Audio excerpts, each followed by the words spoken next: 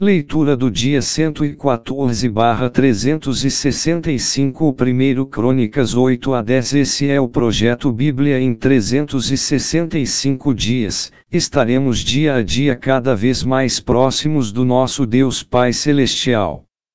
Referência à leitura do dia 24 de abril de 2023 do Plano Anual. 1 Crônicas 8. Estes versos listam os nomes dos filhos de Saraim com Rodes, após ele ter repudiado suas duas primeiras esposas. Uzim e Bara. Divórcio e poligamia são, algumas vezes, registrados no Antigo Testamento sem comentários críticos. Isto não significa que Deus considera o divórcio algo comum. A passagem em Malaquias 2:15 a 16 diz: ninguém seja desleal para com a mulher da sua mocidade. Porque o Senhor, Deus de Israel, diz que aborrece o repúdio. Jesus explicou que, apesar de ter sido permitido, o divórcio não era a vontade de Deus. Pela dureza de seu coração, Moisés lhes permitiu repudiar as suas mulheres, mas ao princípio não foi assim. Mateus 19:8. Não presuma que Deus aprove um ato apenas porque este não está vigorosamente condenado em cada referência bíblica relacionada. Saul, primeiro rei de Israel, era muito inconsistente. Sua história encontra-se em 1 Samuel 9:31 e seu perfil está no mesmo livro. Jonatas, o filho de Saul, era seu oposto. Embora fosse o herdeiro legítimo do trono, Jonatas percebeu que Davi fora escolhido por Deus para ser o próximo rei de Israel. Em vez de sentir ciúme, Jonatas foi amigo de Davi e até o ajudou a escapar das investidas de Saul para matá-lo. A história e perfil de Jonatas são contados em 1 Samuel 14:31. 1 Crônicas 9. Embora nem toda pessoa fosse infiel em Judá, a nação inteira entrou em cativeiro.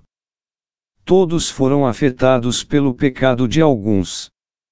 Ainda que não tenhamos parte em determinado erro coletivo, seremos afetados por isto. Não é suficiente dizer, eu não fiz isto. Devemos falar alto contra os pecados de nossa sociedade. Cronologicamente, este capítulo poderia estar situado no final de 2 Crônicas, porque registra os nomes dos exilados que retornarão do cativeiro babilônico. O escritor o incluiu neste ponto para mostrar sua preocupação com a necessidade de, como nação, retornar aquilo que os fizera grandes à obediência a Deus.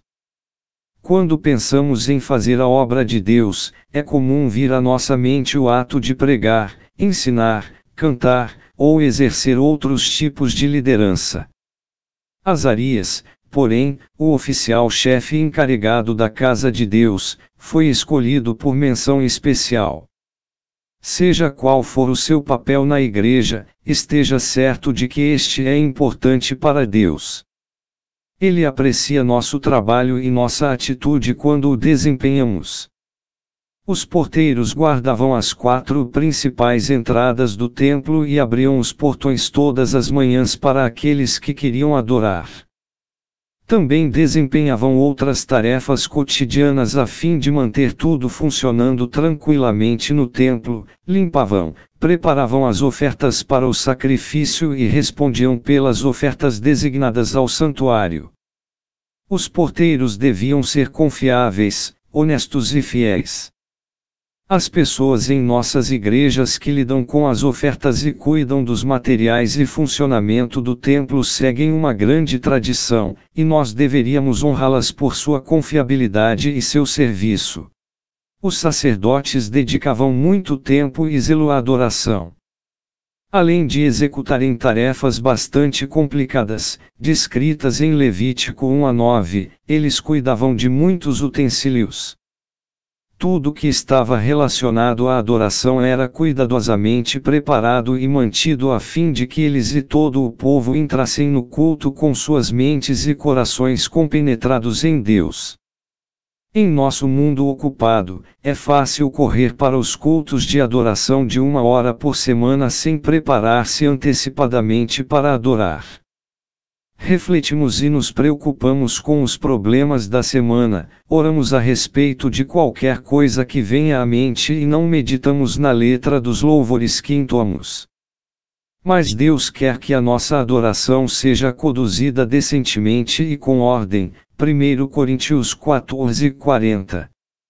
Assim como nos preparamos para encontrar um parceiro de negócios ou um convidado, deveríamos cuidadosamente nos preparar para ir ter com o nosso Rei em adoração. A adoração era o principal enfoque de muitos israelitas cuja vocação estava centrada na casa do Senhor. O ato de adorar, apreciar a Deus por sua natureza e valor, deve ocupar o centro de nossa vida. E não apenas alguns minutos uma única vez por semana. Também podemos adorar a qualquer momento se permanecermos conscientes da presença e direção de Deus em todas as situações, e se mantivermos uma atitude de servi-lo.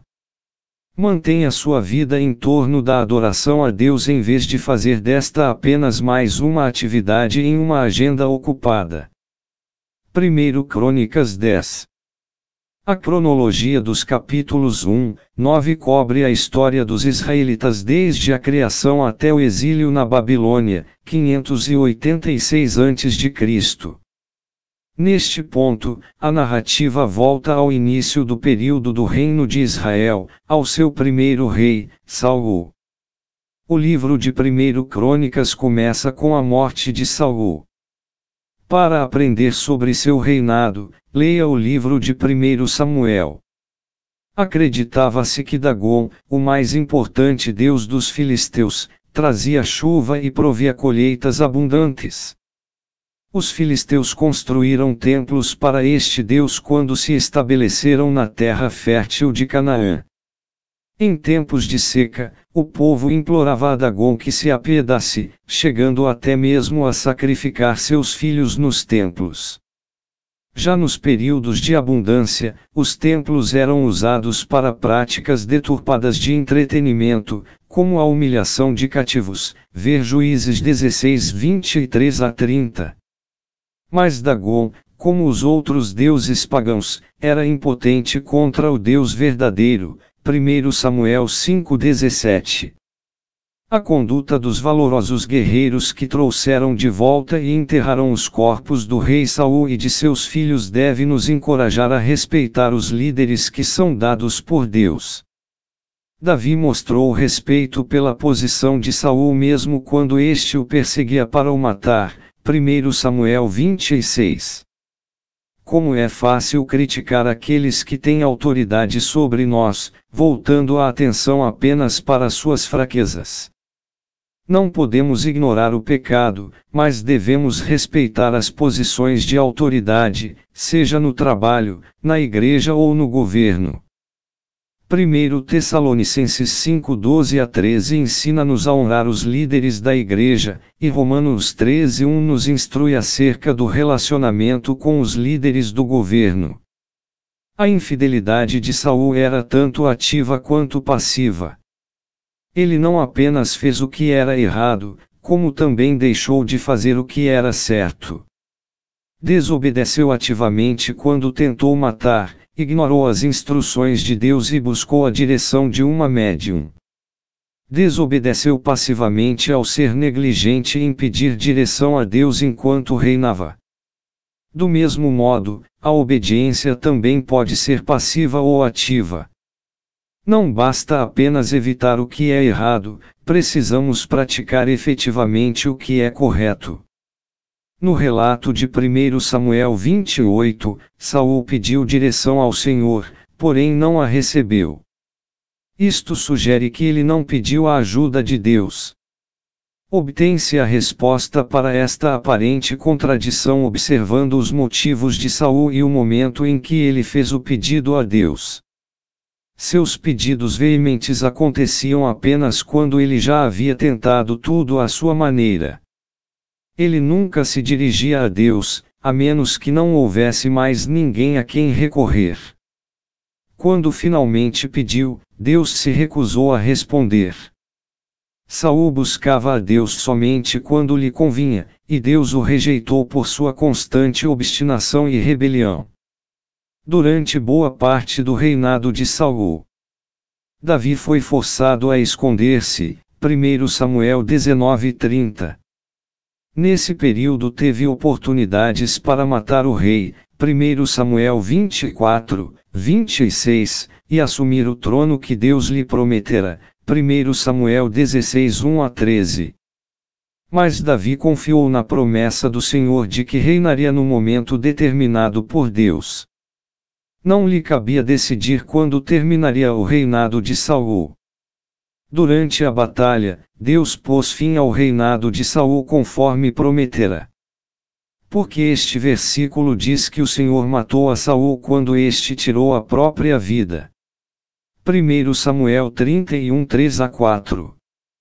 Deus rejeitou Saul por causa de sua teimosia e rebelião, 1 Samuel 15:22-26, e o julgou por seus pecados, 1 Samuel 28:16-19. Deus preparou uma derrota na batalha de forma que Saul morresse e seu reino fosse tirado de sua família. Se Saul não tivesse tirado a própria vida, os soldados filisteus o teriam matado.